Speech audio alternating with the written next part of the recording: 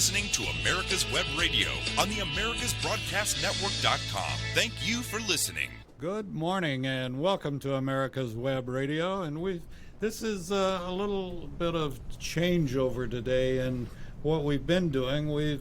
This hour has been dedicated to Desert's Shield and Desert Storm and remembering it. And we're going to be changing that hour to another time to be announced. But we have Phil Forsberg in, who has been sitting in for and doing the Remembering Desert Shield and Desert Storm show. But we're going to do a little transitioning there as well. And it's come to our attention over the past few months with working with a lot of veterans that there are many veterans and particularly veteran families that are not aware of all of the benefits, and there are tons of benefits for veterans if people just know about them. So we're glad to have Phil in studio, first time, and we also have a gentleman that's works with veterans on mortgages, and that's Justin Medina, and I got that right. Thank you for the tip of the hat, and we're glad to have you here, Justin, and I'm sure as time goes on we'll have you back in as we do more and more shows strictly on benefits, veteran benefits, and I've had some personal experience with it in the last few months, and we have to inform the veterans, and I can't say 100%, but we certainly have dedicated our America's Web Radio to working with as many veteran organizations as we can and helping veterans in any way we can. And one of them is, if you go to our website, americaswebradio.com, you'll see that on the front page, the home page, is the J. Roy Ritchie Memorial Prayer Line. And all that is if you're a veteran and need prayer, or if you're a friend or family member that needs prayer, a veteran that needs prayer, just send us their name and we'll be glad to put it on the air for you.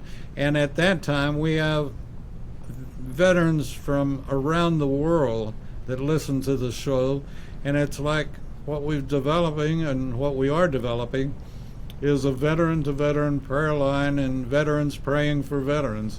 So with that being said, we're going to take about 1 minute, and we'll be back with Philip and Justin talking about veteran benefits. So we'll be back in a minute.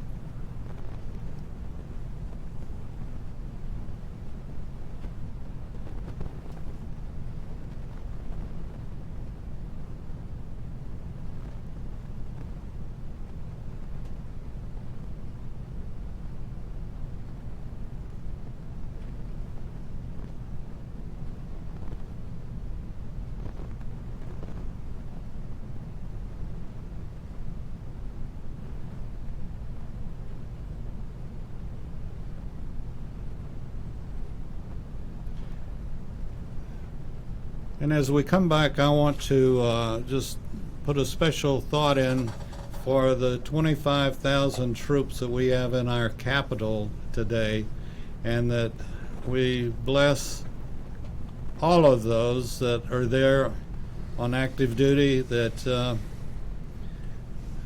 nothing happens to any of them, and vice versa. I would hate to think that any of them that would hate to think this turns into a Kent State or anything else, but think about those, and in your time that you can say a prayer for them, pray for all of the folks that are in D.C. and that everything works out fine. So let's get started with the show, as they say. And Justin, tell me the name of your company again. So I am the branch manager of Aligned Mortgage, Aligned Mortgage, A-L-I-G-N-E-D, Aligned Mortgage. Aligned Mortgage has been around for about 3 years now, and we've been local to the Atlanta market for about 7 months. So we're kind of new in Atlanta, but we've been helping veterans for several years now. Do you strictly deal with veterans, or do you? No, so we're a full lender. We do all loan products, but we specifically focus on VA. So we do about 85% of our business is VA loans. We focus on the education aspect of the VA loans, so we do monthly seminars where we invite veterans, industry professionals, and any veteran advocate to come and get educated on the truth about the VA loan, because we believe there's a lot of misinformation regarding the VA loan. And Phil, tell us about your real estate business right quick. Well, my business is called Kopher Properties and Capitals, Kopher, Kopher Properties and Capital. And we specialize in helping veterans find homes or sell their homes, and representing them either in the purchase or sale of their homes. We're pretty good at working with mortgage lenders like Justin. I have some folks right now I'm working with Justin to get qualified as a Marine veteran. We just enjoy helping people and serving. And in addition, when I'm not doing my real estate business, I serve as the adjutant for the John Woodall chapter 6 of the Disabled American Veterans in Marietta. And also I'm a volunteer service officer, chapter service officer, and I assist veterans in applying for and obtaining the benefits that they've earned through their service. You know, this is an interesting point that I know a lot of folks don't know about. If they have a question, they can go to VFW, they can go to American Legion. Most all of the service organizations have, and the DAV certainly, Disabled American Veterans. But, you know, it's so important to ask if you're in a situation that you think, well, my dad or my husband or my wife or whatever served, but they have no idea about what's available. And most all of these organizations, like the DAV, has a service person that will explain what options are available. You tell them your story, and they'll tell them what you're going to be qualified for or what to do next. And a lot of folks, don't have a clue of what to do next. And I found out about all of this when my father died, and he was a veteran, a World War II veteran, and my mother had no clue, and I really didn't have a clue, but we happened to be working in my hometown with a funeral home that did have a clue, and they were very helpful in pointing me in the right direction to get services and things. And this goes back to 1975, so it was a blessing to have people that know. And what percentage would either one of you put on the fact of people that have no clue? And some people, surprisingly, don't even know that their spouse or their grandfather or whoever was a veteran. Yeah, and a lot of people, they just want to put their military service behind them. Maybe they served in a very difficult time, and they're not really interested in reliving that all the time or making that part of their identity. Or, sometimes they just, they want to move on, and they don't want to be the identifier of their lives. They want to be, the realtor or the mortgage lender or the radio station operator or the grocer or car salesman. They don't, and they might have a little bumper sticker that says I served or something like that, but they really feel like they've had a divorce from the service. And it's important to remember that the Department of Defense is a completely separate cabinet organization from the Department of Veterans Affairs, and the Department of Veterans Affairs is a government agency that's there to see to the benefits that are passed into law by our Congress. It's an important thing to take care of our veterans, and one of the big reasons is the young people today that might be considering doing some time in the service.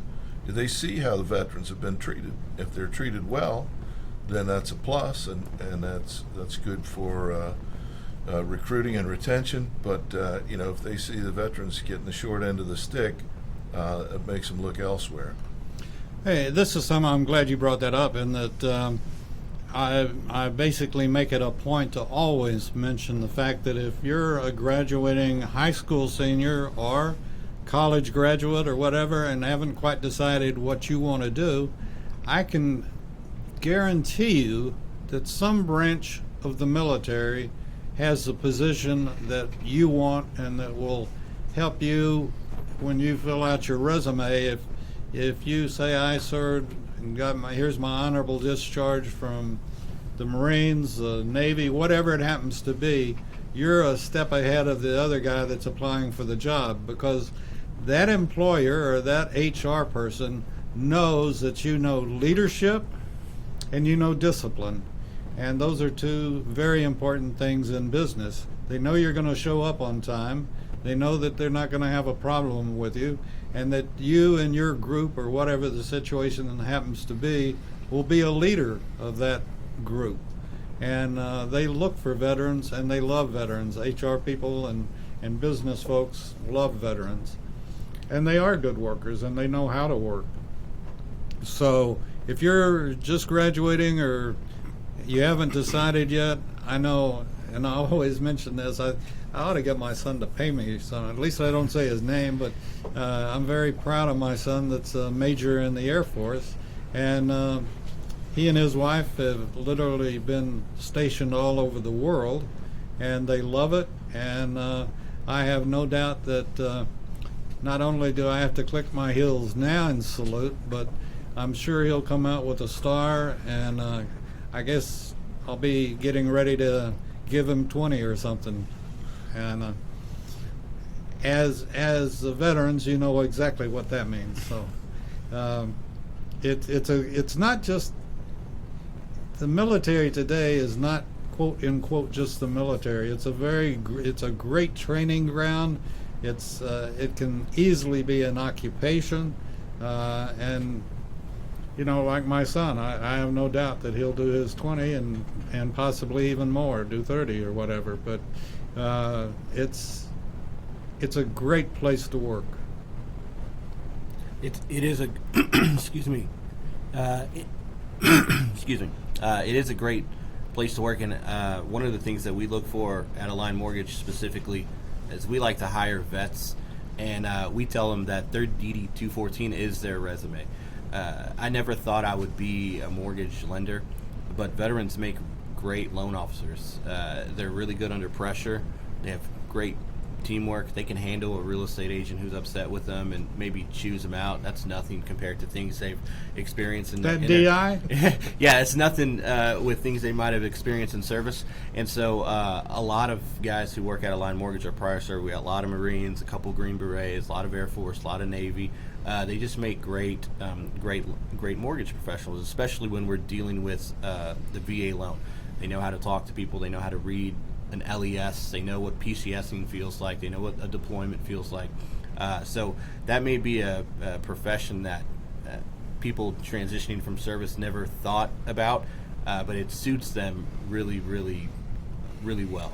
And just to hit on a previous point, I don't know specifically when it comes to DAV numbers, but I do know that when it comes to the VA loan, about 15% of veterans use their VA home loan benefit. So there's an 85% gap of people who don't use it, and the overwhelming reason why they don't use it is simply lack of education. They don't know how, they don't know where to go, they don't know if they're eligible. So that's kind of the things that we attack when we do our seminars and our education briefs, and we talk about the VA truth. It's getting that information out there so people know what to do, how to use it, and even if they're eligible. Well, as time goes on, we're going to get more and more into that, and other benefits from your standpoint, Phil, is I tell you what, we're going to take a break right now, and we'll be back with Phil and Justin in just a moment. We're going to play a couple of commercials, keep us going for a while, and we'll be back with them in just a moment. Perhaps you are struggling to cope with the disease of addiction. If not, you probably know a family member or friend that needs help in battling the cravings and the personal and professional damage done by the effects of drugs or alcohol. Get a pen and paper and be ready to write down the following. These are the issues that the trained staff at the Atlanta Healing Center address and treat every day. Their doctors and counselors with over 40 years of practice in the field of addiction can treat the suffering individual in a thoughtful, compassionate, and experienced manner and guide him or her along the path to recovery. So call 770-696-9862 and speak to a knowledgeable staff member about how you or your loved one can be helped to enjoy a better and healthier life. More information is also available on the website at www.atlantahealingcenter.com. Hi, this is Rocky Blair, and I hope you'll make plans to join us on January 28th for Warriors for Hope. I'm thrilled to be a part of this virtual fundraiser for St. Jude's Children's Research Hospital and Warriors to Citizen. These organizations do so much to support veterans, first responders, and families who have been touched by pediatric cancer. I'd also like to thank David Moxley and his show, David's Pick, here on America's Web Radio for supporting Warriors for Hope. And I know you'll want to join in and support this event as well on January 28th. So visit warriorsforhope.events. That's warriors and the number 4, hope.events. You can make a gift and reserve your seat for this virtual benefit. Again, that's warriors and the number 4, hope.events. Thanks for your support, and we'll see you at noon on January 28th. And we're back on America's Web Radio with two special guests. Well, Phil's not a guest. He's becoming a part of the family, I guess. A stepson, I think. No. I'm old enough to be his father, but not his stepfather. But anyway, Phil Forsberg and Justin Medina. Justin's in the mortgage business, and we're going to be talking to him more in the near future. And we've got a surprise promo coming up in a minute. And just like you all were talking, and what we're trying to do here at the station is be informative for all of our shows. And one of the shows that we've done a couple of times, and they, just like Rocky Blair was saying on his promo, that they're going to be having an event, and this is Warriors to Citizens. And I'll just ask both of you that, you know, I didn't have much of a, because I was just a Vietnam era veteran, so I did get to walk through the airports, but that was about it. But the transition from Vietnam or being in Iraq or in Desert Shield or Desert Storm and being away from your family. And by the way, we always we always salute the folks that stayed home. And they didn't really stay home. If you're deployed, your family is with you. Maybe not physically, but they're with you. And their lives have changed just as much as your life has changed when you're deployed. And so, Justin, you're the newest one here coming back from deployment. And I want to, again, salute Warriors to Citizens. They do a fantastic job. If you having a little bit of a transition problem, they have the people and personnel that know how to work with you, be it from a PTSD standpoint or whatever standpoint it happens to be. But did you find anything different when you came home from being deployed? I think the biggest thing that I noticed from coming after I came home from a deployment was speaking with friends that I had that weren't in service. So when I was deployed, I was 21 years old, and when I came back home, you know, I'd go home and visit, and the other 21-year-olds that I went to school with were in college, and they were doing completely different things. So it gave me a lot of perspective, and some of the things that they thought were a big deal, I no longer thought were a big deal after being deployed. And so that was the biggest change, and it helped me get stronger with my unit and with the people that I was in service with. One of the things that I desperately missed when I got out of service was the camaraderie and the brotherhood, and that's overwhelmingly something that prior service members say. When I was in, I couldn't wait to get out. When I was out, I missed everything about it. And so that's something that I've been searching for, since I was out of service. But it made me stronger with my military friends, and it gave me some perspective on some of the things that I thought, people my age were a little bit immature. It kind of made me grow up a little bit. Well, something that we recognize, and for lack of better words, it'd be a flashback, but I would almost guarantee that both of you felt this way at whenever you were going through basic or AIT, what in the hell are we doing this for, And now, here I am in my mid-70s, and that was 50 some odd years ago, and every now and then I'll think about it and think, well, now I understand why we did it. I know why that guy yelled at me, and it's like the military has been developing since day one, I guess, in some ways or the other. We've been developing the U.S. military for almost 300 years, and there's a rhyme and a reason for everything they do. We may not see it at the time when we're in basic or wherever we might be, but I bet in both of your cases, if they said hit it, incoming, or whatever, you got you a fistful of dirt right quick. That's absolutely right. Yeah, the military. I think it's the greatest. Specifically, the U.S. military. I mean, I love it. I love it with all my heart. I love that I served, and I love doing things like this. I mean, I think this is great. Talking about things that can benefit prior service. Phil, should I put Justin on the hot seat and ask him the question that I always ask? Yeah. What's that? All right. Now I generally don't throw hard balls. Okay. But this is one that I throw to everybody. I'll do my best. Well, your best I hope it's good enough. You'll do fine. But can you name one veteran that you know that can tell one story only? No. No. If you get them cranked up, they're going to keep telling those stories, and my story's better than your story, and your story's better than Justin. But they're beautiful. They're beautiful, absolutely. And we encourage any veteran, if he's married and has children, or if he's a grandfather, or whatever the case might be, get that kid up on your lap and tell him about what it is to be in the military, what our flag means to us, and we wouldn't have some of the troubles we have today if more had gone in the military and found out what our country is really about. And that's what this show's all about, really, is talking about how great the military is, and just like you are, Justin, you're now the history book, because our history books don't reflect what our military really reflects. And you too, Phil. You're the back pages, but no, it's we are the veterans are the history books, and we have to tell the story. You have to tell the story, and oral history traditions, have been around for quite some time. Not all history is written.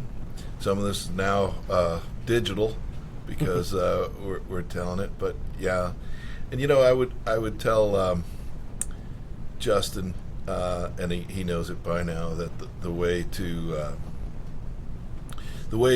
fill that void of not having that military family around you is to surround yourself with other veterans and join veteran organizations and spend your time serving veterans. And I'll tell you, it's very, very rewarding. There's two statistics that just absolutely break my heart and kill me. One is that only 1% of our country ever serves, I'd like to spit on the rest of them, the other 99%.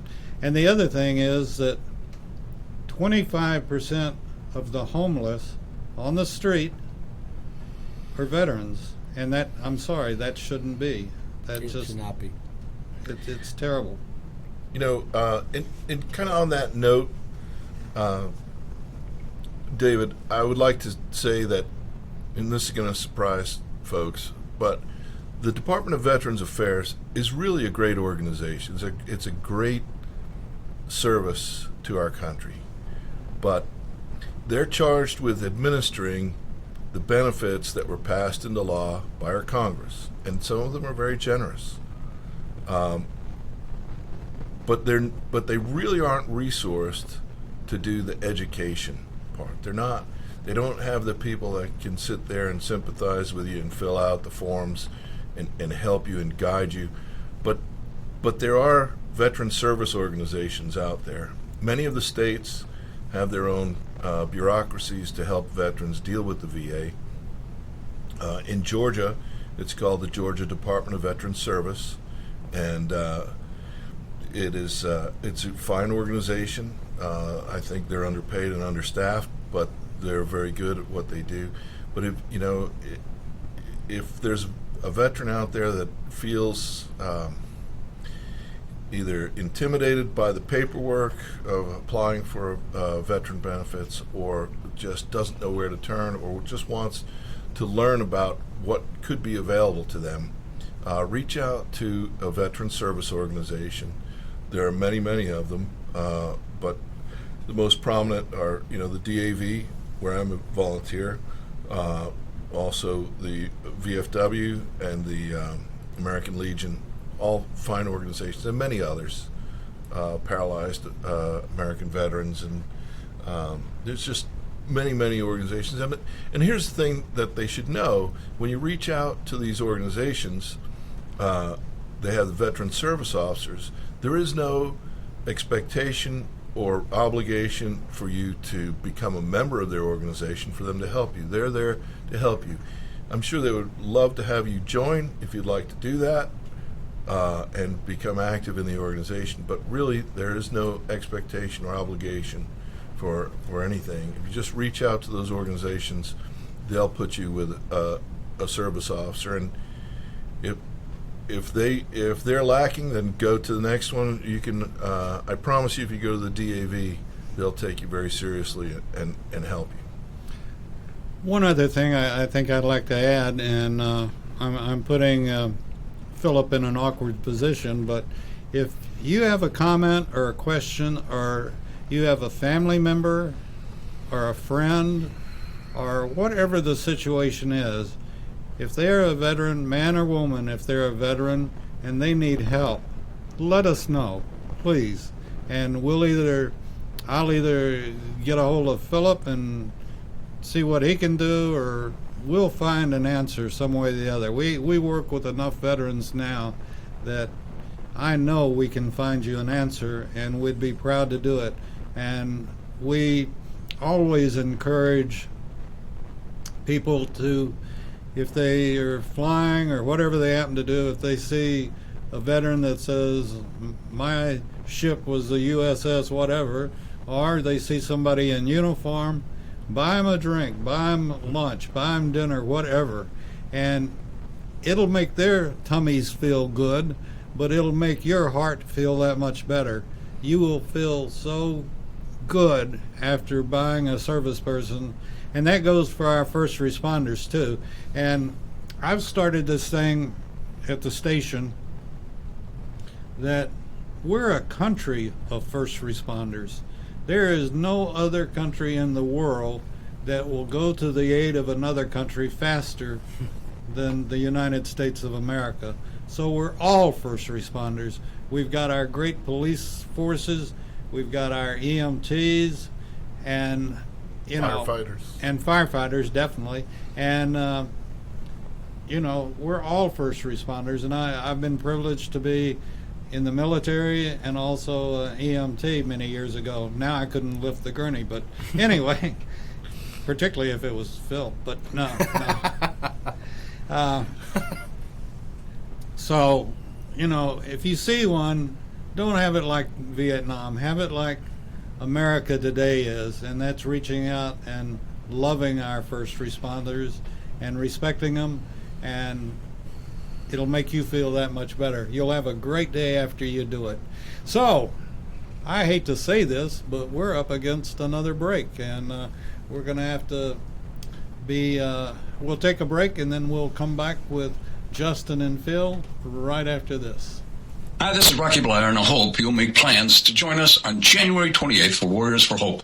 I'm thrilled to be a part of this virtual fundraiser for St. Jude's Children's Research Hospital and Warriors to Citizen. These organizations do so much to support veterans, first responders, and families who have been touched by pediatric cancer. I'd also like to thank David Moxley and his show, David's Pick, here on America's Web Radio for supporting Warriors for Hope.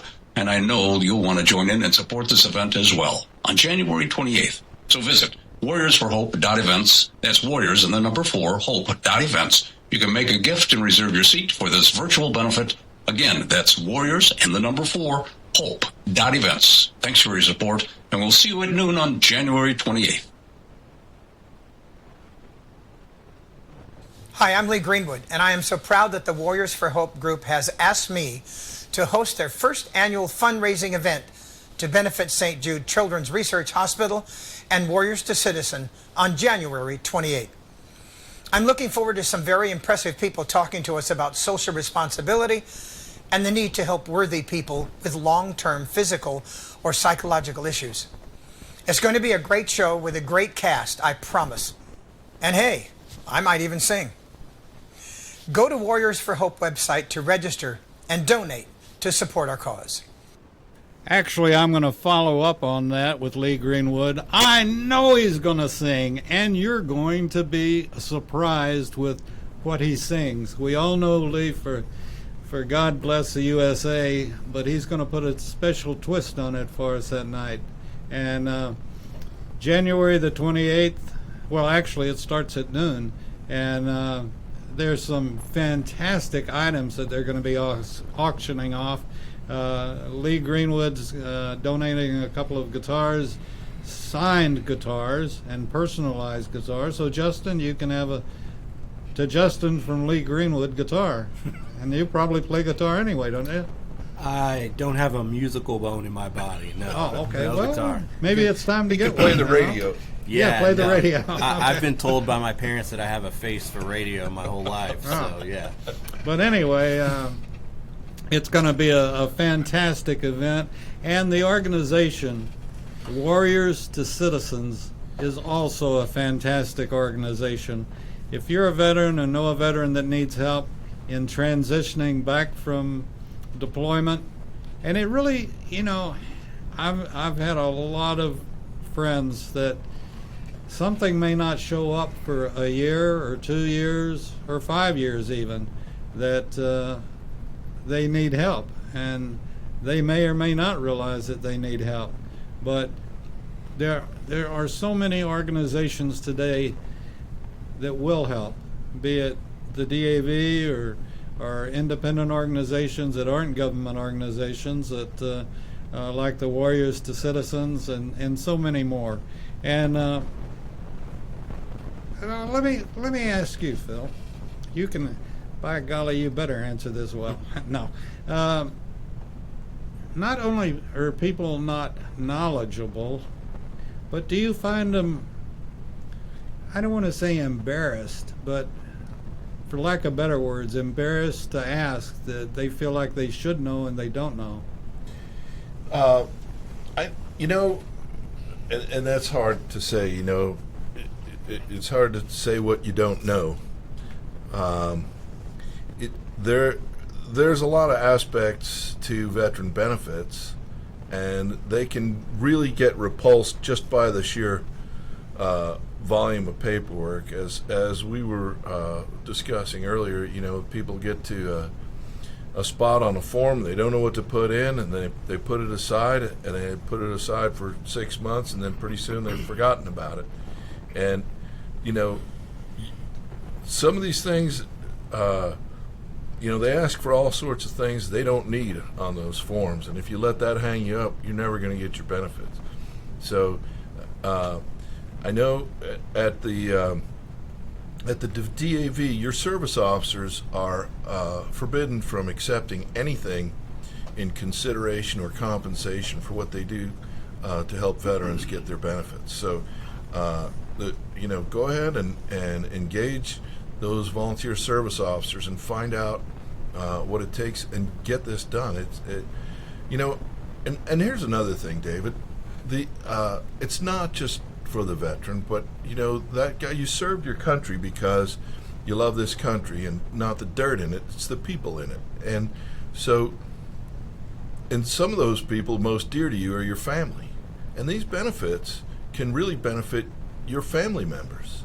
And so, while you feel like you're being selfless by not availing yourself of these benefits, you're really hurting your family in some ways if you don't engage, especially if you die and pass everything on to them without them having any idea of what's available for them, because there are survivor benefits as well. Don't be embarrassed. You don't know what you don't know until you ask, and like the old saying is, there's no dumb question.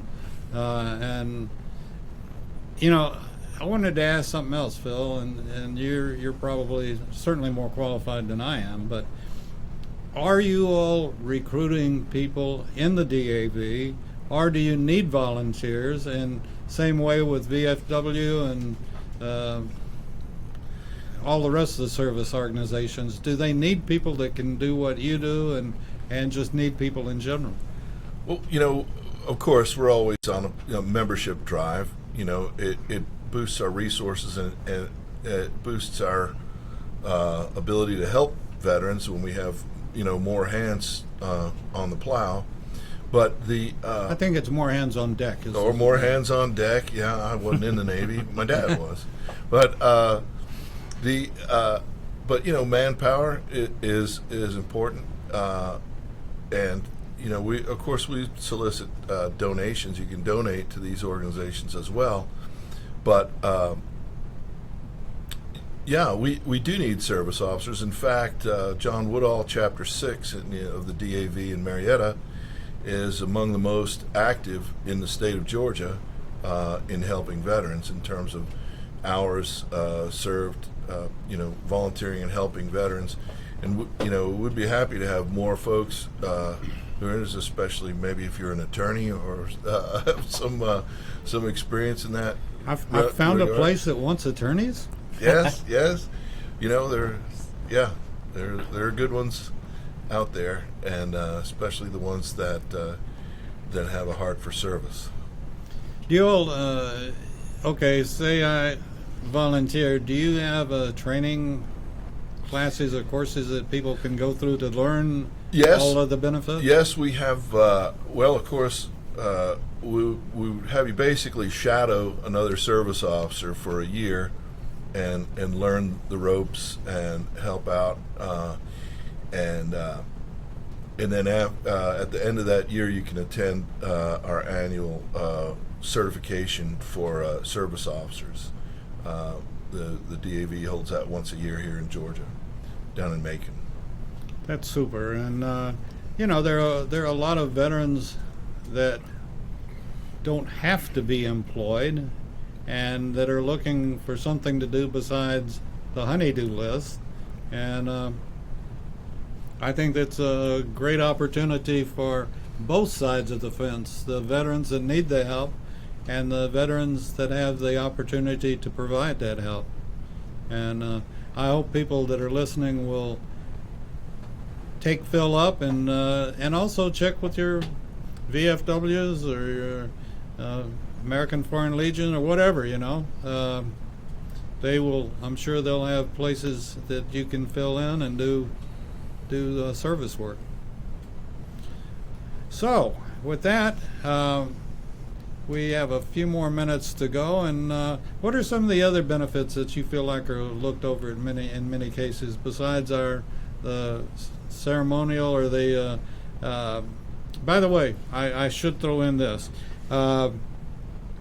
We work very closely with the Georgia Military Veterans Hall of Fame, and that's the director is Colonel Rick White, retired, and Rick has become a very, very, very close friend, and he's a wonderful gentleman and does such a fantastic job.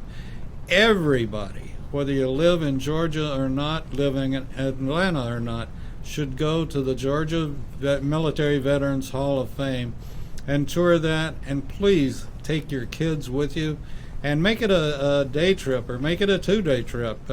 It's in the Floyd building directly across the street from the state capitol, Georgia State Capitol, And you can easily make it a day trip because they have a good cafeteria there, and I recommend it highly. It's good stuff, good home cooking. And also, while you're doing that, we invite you, I live in Johns Creek, and we invite you to come out to Johns Creek in Newtown Park that's where the permanent home now for the half-scale Veterans Wall, Vietnam Veterans Wall is, and they're putting up a kiosk where you'll be able to look up names, and they'll tell you exactly where that person is on the wall. And it's called a healing wall, and it has brought finality to a lot of folks who needed it. And as we all know, I think everybody in the state knows Roger Wise, and he'll break you up with the story that he had at the healing wall. So please, if you're in town, and Perimeter Center also has a great display for Vietnam veterans, and we invite everybody to go and see and honor our veterans, and also the people that have served in the past, that are serving today, and talk to your kids about serving tomorrow. And it's a wonderful, we have the best military in the world, and personally I'm a big supporter of the volunteer military. We don't force anybody to join, and we give them all the benefits for joining. So let's get back to our guest, and we'll talk to Justin a little bit more about what would you say is the most, I know for me what the most misunderstood thing about a VA loan is. What would you say it is? I think the most misunderstood, if I had to pick one, there's a lot of myths that are untrue about the VA loan. But I think the most misunderstood is credit score. A lot of people think the VA loan needs or requires a minimum credit score, and that is not true. Actually, in the VA guidelines 26-7, there's no mention of a credit score. The VA loan is a budget-based loan. It's not a debt-to-income loan. But credit score is the most misunderstood. The way credit score works is credit score is determined by each specific lender. So one lender might need you to have a 640, one lender might want you to have a 620. And what happens is a veteran or service member goes to mortgage company A and they have a 625 and they need a 640, so they say, hey, you don't qualify for your VA loan. What they should tell them is, you don't qualify with my company, try these guys down the road, or try.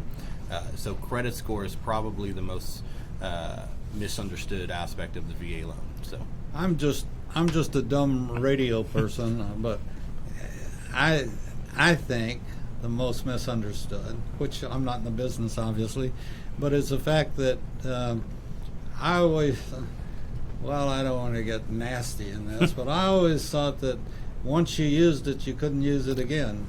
That was true, and that changed. And one of the big things we talk about in our education seminars is when that changed, guess who called all the prior service members who used their VA loan and told them they could use it more than once? No one called them. And so there's a lot of people who think they could only use it once. And so I just closed somebody a few months ago who used their VA loan for the first time. They were saving it because they thought they could only use it once, and he was like 67 years old buying a home. And so that happens all the time. That is also true. Eligibility, I could only use it once, and credit score, there's just so many aspects of that specific benefit that is a lot of misinformation. So you veterans out there listening, you can use your VA loan multiple times. That's right. And you can have 2 or 3 VA loans at once. Really? Actually, that's true.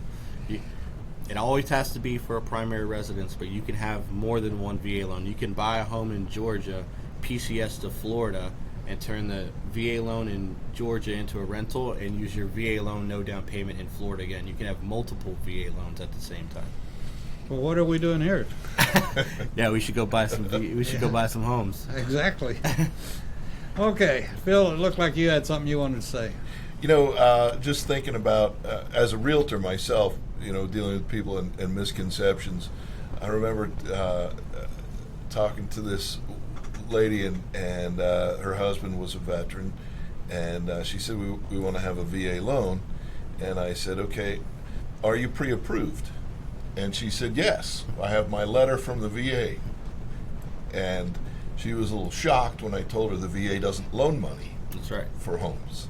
It'll be loaned by a regular institutional lender under VA rules. And so that's what you get. The VA will provide an eligibility letter, which you can then take to a lender and qualify for a VA loan for that. That's a big misconception. Well, it's time to take our final break, and then we'll be back finishing up the show right after this. Hi, I'm Lee Greenwood, and I am so proud that the Warriors for Hope group has asked me to host their first annual fundraising event to benefit St. Jude Children's Research Hospital and Warriors to Citizen on January 28th. I'm looking forward to some very impressive people talking to us about social responsibility and the need to help worthy people with long-term physical or psychological issues. It's going to be a great show with a great cast, I promise. And hey, I might even sing. Go to Warriors for Hope website to register and donate to support our cause. Okay, and Phil wants to remind everybody right quick about... Well, yesterday actually was the 30th anniversary of the start of Desert Storm. Maybe a few hours difference because of the time change between here and Iraq, but it kicked off 30 years ago, just about now. And so just want folks to remember and think back to what you were doing back then. I remember getting a postcard from a fourth grader back then. They had them sending these letters to any soldier, and it was nice. And that little fourth grader's probably This is all also Celebrate Military Month, which I didn't even know there was a military month, but this is it. January is it. So that, Justin, you had something? No, well, I was just going to piggyback on what Phil said. Remember what was happening, and I think I was probably in kindergarten, so I was probably coloring, I think. Yeah, and that little fourth grader that sent me the card there is older than Justin. Well, this is why we look at today, and there is obviously concern. From my standpoint, there's a lot of concern, but at the same token, I'm brought back down to earth and realize I still live in the greatest country in the world, and we'll get through everything. One way or the other, we'll get through it. And we will have the help that we need to get through it. And, we've got, if it takes military, then we've got the greatest military in the world to help us get through it. So nobody, no man's an island, I believe the song says, and that's very true, and particularly today. And again, I want to mention the fact that our thoughts and our prayers go out to the 25,000 American military that are now serving in our capital, the United States Capitol in Washington, D.C. I would have, what's the word? I'd have never thunk it. I had no idea that something like this would be going on, but it is. But again, we'll make it, and we'll get through. We'll come out on the other side better than we went in on this side. And that's because we have dedicated members of the military that love our country, and you'll never see them taking a knee, I guarantee you. And I don't know about you all, but if I were a terrorist and thinking about doing anything in Washington, D.C., I think the two words that would scare the living hell out of me would be a commander yelling, "Affix bayonets." Well, And you'd see we used to work on the diamond formation when I was in the Guard, and you see that many bayonets coming at you, and I think you'd run like crazy. I actually commanded a company in the District of Columbia Army National Guard back between my stints on active duty. It was a helicopter company, but we were defense of the Capitol was our mission. And would you agree or disagree when you heard of fixed bayonets if you were a terrorist? Well, that's pretty bad. I was also trained in the use of the bayonet. Yes, sir. Down at Fort Beginning School for Boys down there in Columbus. Yeah, where you jumped off a tower and hoped that you landed correctly. Yeah, and I took off from Georgia and parachuted into Alabama 5 times. Now there's a thrill, and I might see if I could climb a ladder to get out of Alabama, but I don't know if I'd want to jump into it. That's no. Alabama's a great state, and we love them all, and we just very proud and very thankful to have the military that we have. Justin, any last words? No, I just completely agree with you. I think I love our service members. I love that that we get to live in this country. I feel so lucky and blessed that I get to be here in America, and it's because we have sons and daughters and fathers and mothers that are willing to make the ultimate sacrifice for us, and so that does not go unnoticed with me, at least. And I couldn't do enough for them. I just feel so undeserving that we have people like that sometimes, because it's a really good thing. So that's really all I got. I love being here. Amen. Makes life a little sweeter when you can be a little more others focused, and that's where our military forces are. They, if you're willing to lay down your life or put your life at jeopardy, even if you never heard a shot fired in anger, but you raised your hand and made yourself available, that's love of country, and that is a selfless thing, and being selfless is always beautiful.